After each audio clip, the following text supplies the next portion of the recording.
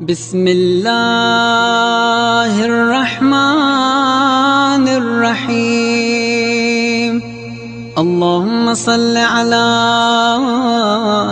محمد وآل محمد۔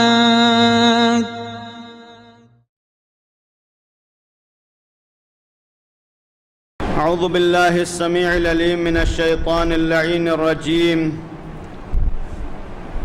بسم اللہ الرحمن الرحیم۔ عباد اللہ اوصیکم ونفسی بتقوی اللہ۔ خطبہ دوم میں سب سے پہلے اپنے نفس کو اور تمام مومنین، تمام حاضرین کو تقوی الہی کی سفارش کرتا ہوں۔ بارگاہ خداوندی میں اعمال کی قبولیت اور انسان کی سرخروئی کے لیے بہترین ذات، بہترین توشہ تقوی الہی ہے۔ ماہ مبارک رجب کا اختتام اور ماہ مبارک شعبان کی آمد، پروردگار عالم ماہ رجب کے ہمارے تمام اعمال اور ہماری اطاعت کو اپنی بارگاہ میں بہترین طور طریقے سے قبول فرمائے اور ہمیں توفیق دے کہ ماہ شعبان جو ماہ پیغمبر اکرم صلی اللہ علیہ وآلہ وسلم ہے،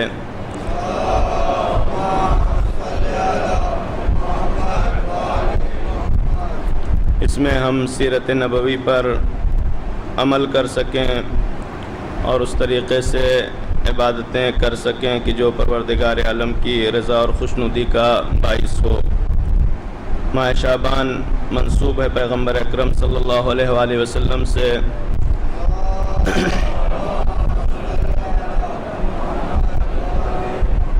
جیسا کہ صلوات شعبانیہ میں یہ جملہ ہم پڑھتے ہیں کہ پروردگار ھذا شہر نبی سید رسول کا شعبان، پروردگار یہ مہینہ نبیوں کے سردار تیرے پیغمبر حضرت محمد مصطفیٰ صلی اللہ علیہ وآلہ وسلم کا مہینہ ہے۔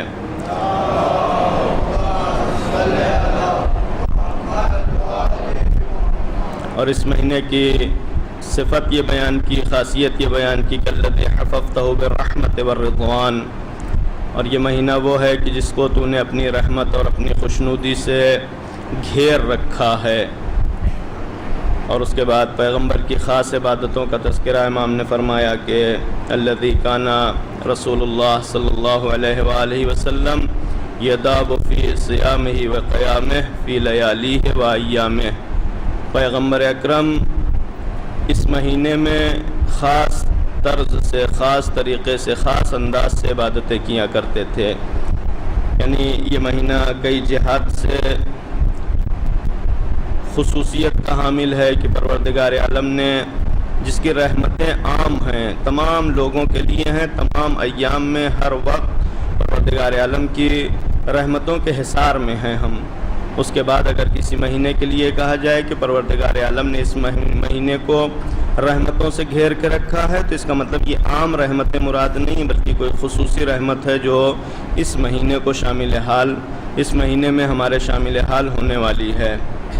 اسی طریقے سے پیغمبر کی عبادتوں کا کوئی انسان قیاس نہیں کر سکتا کہ پیغمبر کی عبادت کتنی ہوتی تھی اور کس کیفیت سے ہوتی تھی۔ ان کے لیے یہ ذکر کیا جائے کہ اس مہینے میں پیغمبر خاص طریقے سے عبادت کیا کرتے تھے، روزے اور نمازیں ادا کیا کرتے تھے، تو اس کا مطلب یہ ہے کہ اس مہینے کو میں عبادت کی طرف خاص توجہ تھی پیغمبر کی۔ لہذا پروردگار عالم سے دعا ہے پروردگار ہمیں اس مہینے میں طاعت و عبادت کی مزید توفیق کرامت فرمائے۔ گزشتہ ہفتوں میں جو آپ کی خدمت میں گفتگو پیش کی جا رہی ہے وہ توبہ سے متعلق ہے۔ توبہ کا ذکر قرآن مجید میں کس انداز میں کیا گیا ہے، آپ کی خدمت میں بیان کیا کہ یہ لفظ توبہ کبھی خدا کی طرف نسبت دی جاتی ہے، کبھی اس لفظ کی نسبت بندے کی طرف دی جاتی ہے۔ قرآن مجید کی آیات میں دونوں نسبتوں کے ساتھ یہ لفظ ذکر کیا گیا ہے۔ خدا کی نسبت بھی یہ لفظ ذکر کیا گیا ہے، خدا تواب و رحیم ہے، خدا توبہ قبول کرنے والا ہے، اور انسان کے لیے بھی کہ انسان توبہ کرنے والا ہے۔ انسان گناہوں سے شرمسار ہو کر توبہ کرتا ہے اور بارگاہ الہی میں رحمت الہی کی طرف پلٹتا ہے۔ توبہ کی حقیقت کیا ہے؟ توبہ کسے کہتے ہیں؟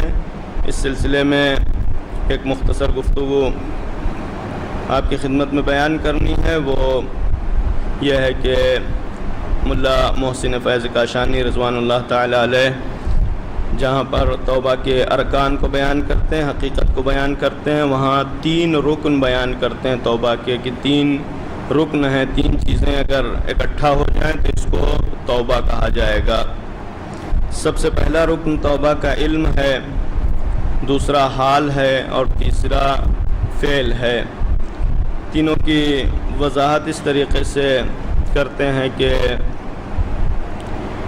انسان کو اس بات کا علم ہونا چاہیے کہ انسان جو کام انجام دے رہا ہے، جو کام کر رہا ہے، جو فعل انجام دے رہا ہے، یہ حرام ہے اور اس کے ضرر میں ہے، یہ اس کے لیے نقصان دہ ہے، اس کے لیے مضر ہے۔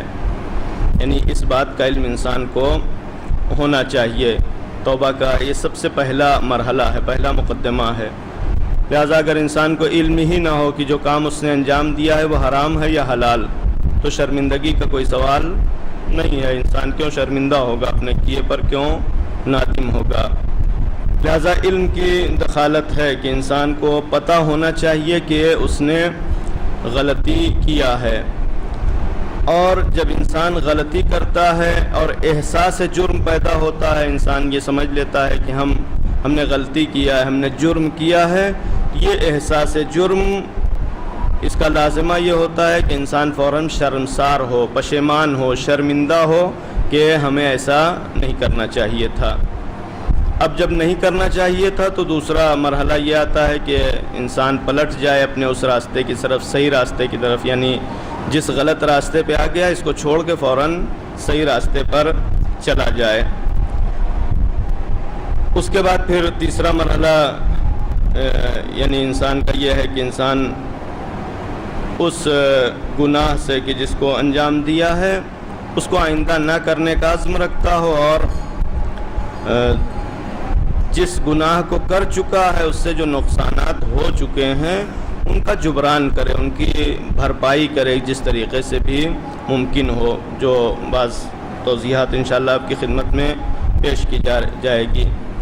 اس بات کا علم کہ گناہ انسان کے لیے مضر ہے، جب ہم علم کہتے ہیں تو علم کا مطلب یہ نہیں ہے کہ ہم جانتے ہوں، جاننا کافی نہیں ہے، بلکہ علم جب کہا جاتا ہے تو علم یقین کی اس منزل کو کہتے ہیں کہ جس کے برخلاف انسان کبھی کام نہیں کرتا ہے۔ یعنی تمام افعال، تمام اعمال جو انسان سے سرزد ہوتے ہیں، انسان کے ہاتھ پیر جن کاموں کو انجام دیتے ہیں یہ یقین کی بنیاد پر ہوتے ہیں، کوئی شک اور تردید کی بنیاد پر نہیں ہوتا۔ یعنی انسان جس چیز کا یقین کر لیتا ہے اس کے متعلق انسان کا ارادہ، اس کے وجود میں ارادہ پیدا ہوتا ہے، اور یہ ارادہ فعل کا سبب بنتا ہے۔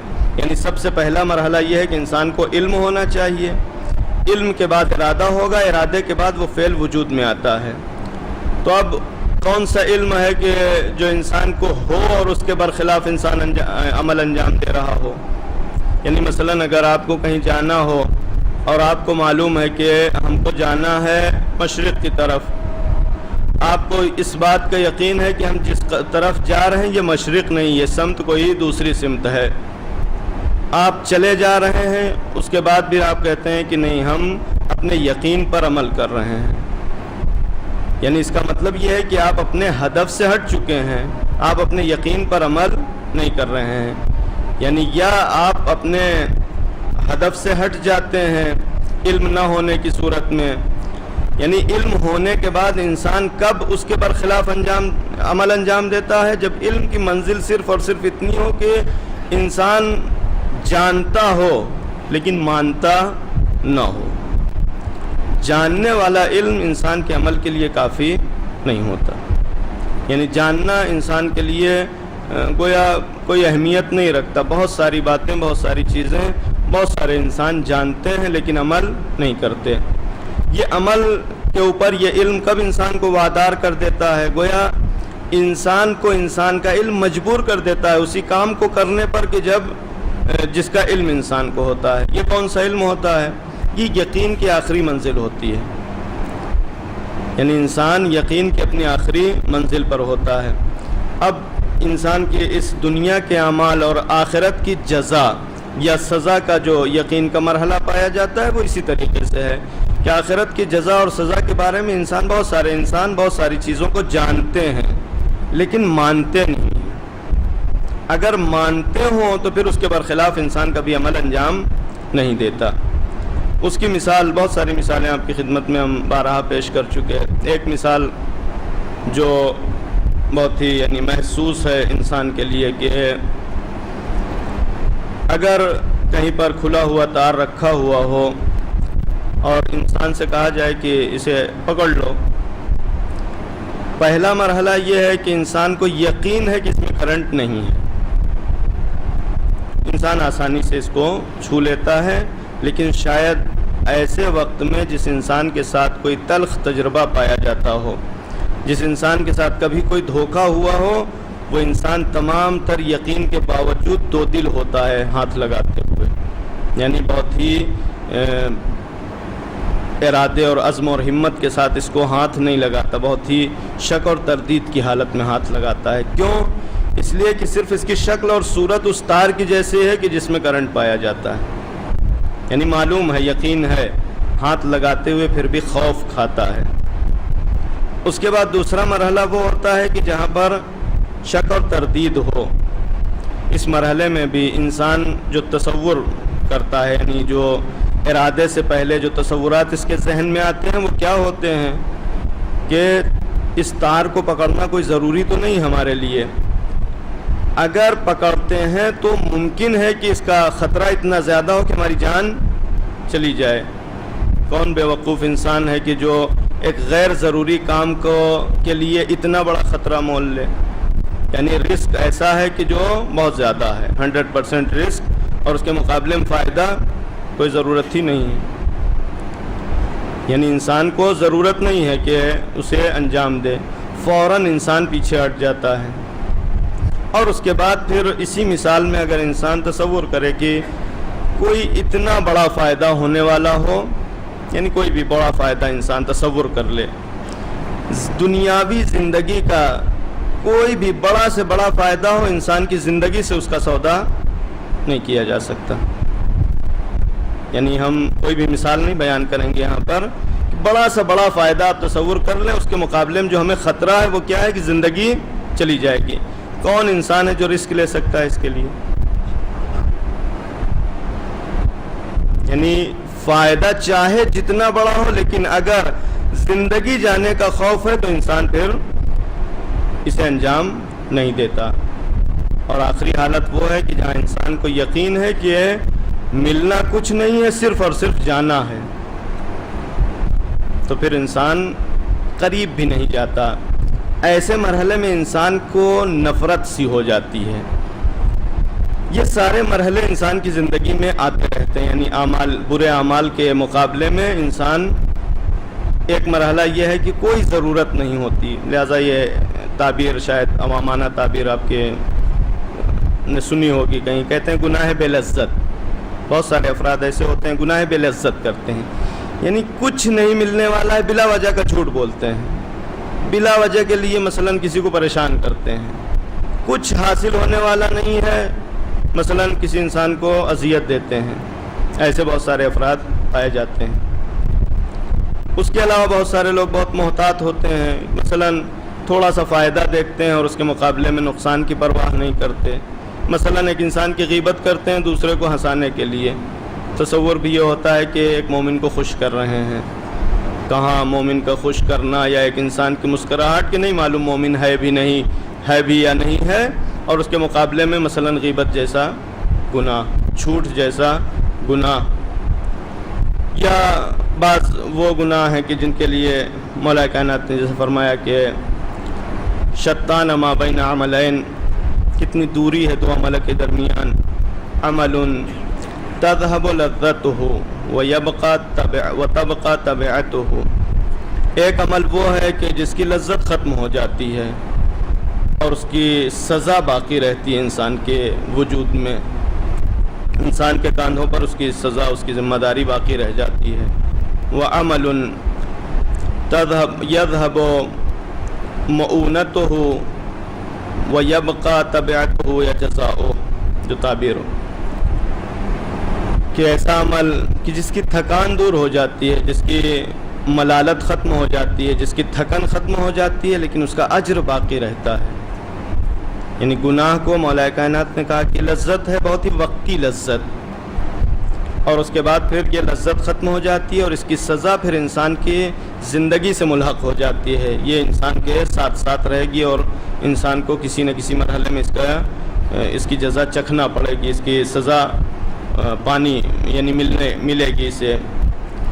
اور اس کے مقابلے میں جو انسان کا نیک عمل ہے، انسان چاہے جتنا نیک عمل انجام دے، زیادہ سے زیادہ بدن کو تھکان ہوگی، انسان آرام کرے گا، پھر ساری قوتیں بدن کی اکٹھا ہو جائیں گی، وہ تھکان دور ہو جائے گی، لیکن اس کا اجر باقی رہے گا.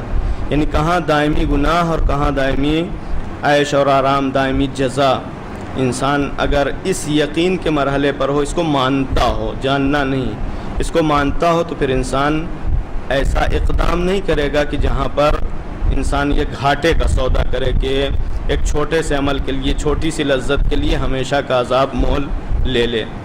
اور جو یقین کا مرحلہ ہوتا ہے وہ اس سے کہیں بلند ہوتا ہے. یہاں احتمال نہیں، بالکل انسان کو یقین ہے کہ گناہ، انسان یہ نہیں سمجھتا کہ یہ ہم گناہ انجام دے رہے ہیں، اس کی سزا ہم کو ملنے والی ہے. یعنی وہ انسان کی جس کو یقین ہوتا ہے، اس کے یہاں واسطہ نہیں ہے بیچ میں. وہ انسان اسی گناہ کو اپنے لیے سزا سمجھتا ہے. یعنی اسی گناہ کو، جو انسان گناہ انجام دے رہا ہے، یہ ایسے ہی اپنے لیے محسوس کر رہا ہے جیسے یہ سزا پا رہا ہو. ایسے مرحلے میں انسان کو نفرت ہوتی ہے اسی چیز سے. یعنی مثلا ایک مرتبہ یہ ہوتا ہے کہ آپ آج چوری کریں گے، پھر پکڑے جائیں گے، پھر ہاتھ کاٹ دیے جائیں گے. نہیں، یہ انسان چوری کر رہا ہے، اس کو سمجھ رہا ہے کہ ہم اپنا ہاتھ کٹوا رہے ہیں. ہاتھ کٹوانے میں انسان کو لذت محسوس ہوگی، اچھا لگے گا کہ چلو ہم ہاتھ کٹوا لیں. نہیں، یہ یقین کی منزل ہوتی ہے کہ جہاں انسان گناہ کو سزا سمجھتا ہے اپنے لیے. اور یہ بہرحال بہت ہی بلند منزل ہے، یقین کی بہت ہی عظیم منزل ہے کہ جس کے بعد انسان گناہ سے نفرت کرنے لگتا ہے. متقین کی منزل یہ ہے، اولیاء الہی کی منزل یہ ہے کہ جہاں پر گناہ کو گناہ نہیں سمجھتے، صرف بالکل اپنے لیے جزا سمجھتے ہیں. یعنی جو تعبیرات بیان کی گئی ہیں کہ جنت کا اس طریقے سے تصور ہے ان کے ذہن میں کہ جیسے جنت کی نعمتوں میں زندگی گزار رہے ہیں، اور جہنم کا خوف اس طریقے سے ان کے دلوں میں کہ جیسے آگ کے بھڑکتے ہوئے شعلوں کو دیکھ رہے ہوں. کہاں دیکھ رہے ہوتے ہیں؟ یہی عذاب دنیاوی، یعنی دنیا کی برائیوں میں، دنیا کے برے کاموں میں. وہ یہ نہیں دیکھتے کہ آج برا کام کریں گے تو کل اس کی سزا ملنے والی ہے. نہیں، یہی جو برے کام میں ہم ہاتھ ڈالتے ہیں، یہی برا کام ہمارے لیے سزا ہے، لہذا اس سزا کو لینے کے لیے تیار نہیں ہوتے. یہ انسان کے یقین کی منزل ہے. ادھر سے پروردگار عالم کی رحمت، پروردگار عالم کا کرم، پروردگار عالم کی بے پناہ محبت اپنے بندوں کے لیے کہ انسان جب گناہ کرتا ہے، اس کی جو مثال علماء دیتے ہیں وہ یہ کہ انسان اپنے گھر میں نوکر رکھتا ہے، یا گزشتہ زمانوں میں غلام ہوا کرتے تھے. غلام اگر غلطی کرتا ہے تو شرمندگی کی پہلی حالت یہ ہوتی ہے کہ منہ چھپائے ہوئے پھرتا ہے. یعنی اپنے آقا سے کا سامنا نہیں کرنا چاہتا، ان سے منہ نہیں ملانا چاہتا، ان کا آمنا سامنا نہیں کرنا چاہتا، سامنا نہیں کرنا چاہتا کہ اس کے سامنے جائے. صرف کم سے کم اتنی یعنی شرم ہوتی ہے کہ انسان صرف دیکھ کے اور اس بات کو احساس دلا دے کہ تم نے غلطی کی ہے، تم مجرم ہو. انسان اتنا پسند نہیں کرتا. یعنی ایک انسانی رابطے میں ایک انسان کے سامنے اس طریقے سے اتنا حیادار ہے کہ اگر غلطی کرتا ہے، جرم کرتا ہے، تو پھر اپنے مولا کے سامنے جاتے ہوئے شرماتا ہے. ادھر سے مولا چاہے جتنا مہربان ہو، ڈھونڈتا ہے تو کس لیے تلاش کرتا ہے، ڈھونڈتا ہے تو کس لیے ڈھونڈتا ہے کہ وہ نوکر ملے، یا ممکن ہے تنبیہ کرے، فوراً ڈانٹ دے، پھٹکار لگائے کہ غلطی کیا ہے تم نے، آئندہ نہ ہو. یا اگر بہت ہی کریم ہوا، بہت ہی رحم دل ہوا، تو کم سے کم اتنی سزا اس کے لیے معین کرتا ہے کہ سامنے آنے کے بعد اس کو یہ سمجھا دے کہ آئندہ تم سے یہ غلطی ہو گئی ہے اور آئندہ تم اس سے احتیاط کرنا، پرہیز کرنا. پروردگار عالم اس سے کہیں زیادہ کریم ہے، اس سے بڑا مہربان ہے. رؤوف، اللہ رؤوف بالعباد. اس کی رافت کی علامت کیا ہے کہ پروردگار بھی اپنے بندوں کو تلاش کرتا ہے. کس لیے تلاش کرتا ہے؟ تاکہ یہ ملے تو اس کو بخش دیں. لہٰذا یہ باب جو توبہ کا رکھا گیا ہے، کس لیے رکھا گیا ہے؟ کہ یہ گناہ کر کے جو منہ چھپائے پھر رہا ہے، جو شرمندہ ہو کے پھر رہا ہے، پروردگار عالم چاہتا ہے کہ یہ حاضر ہو، ہمارے سامنے اپنے کو پیش کرے تو ہم اسے بخش دیں، اسے معاف کر دیں، اس کا احساس جرم کو ختم کر دیں. یعنی یہ انسانی رابطے میں جہاں انسان کو یہ پتہ ہوتا ہے کہ مثلاً جو ہمارا سرپرست ہے، جو ہم سے مافوق ہے، ہم سے بلند ہے، وہ ہمیں یا ڈانٹے گا یا پھٹکارے گا یا کم سے کم احساس جرم دلائے گا، وہاں انسان چہرہ چھپاتا ہے اور اس کے بعد پھر ضروری ہے کہ بہرحال آمنا سامنا ہوگا اور ایک نہ ایک دن وہ انسان اس کو سزا دے گا یا اس کے جرم کو اس کے سامنے بیان کرے گا.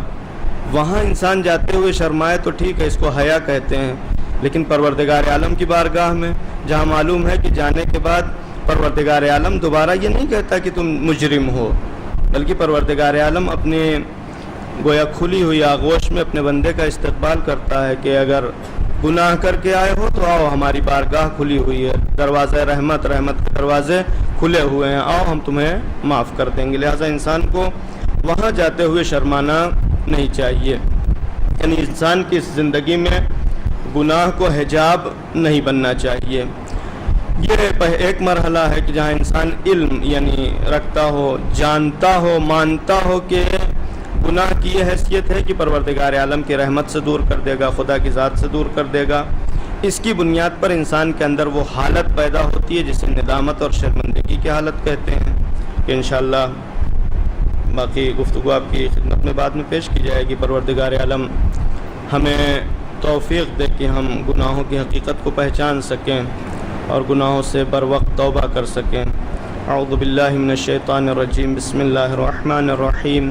ان اللہ وملائکتہ یصلون علی النبی یا ایھا الذین آمنوا صلوا علیہ وسلموا تسلیما.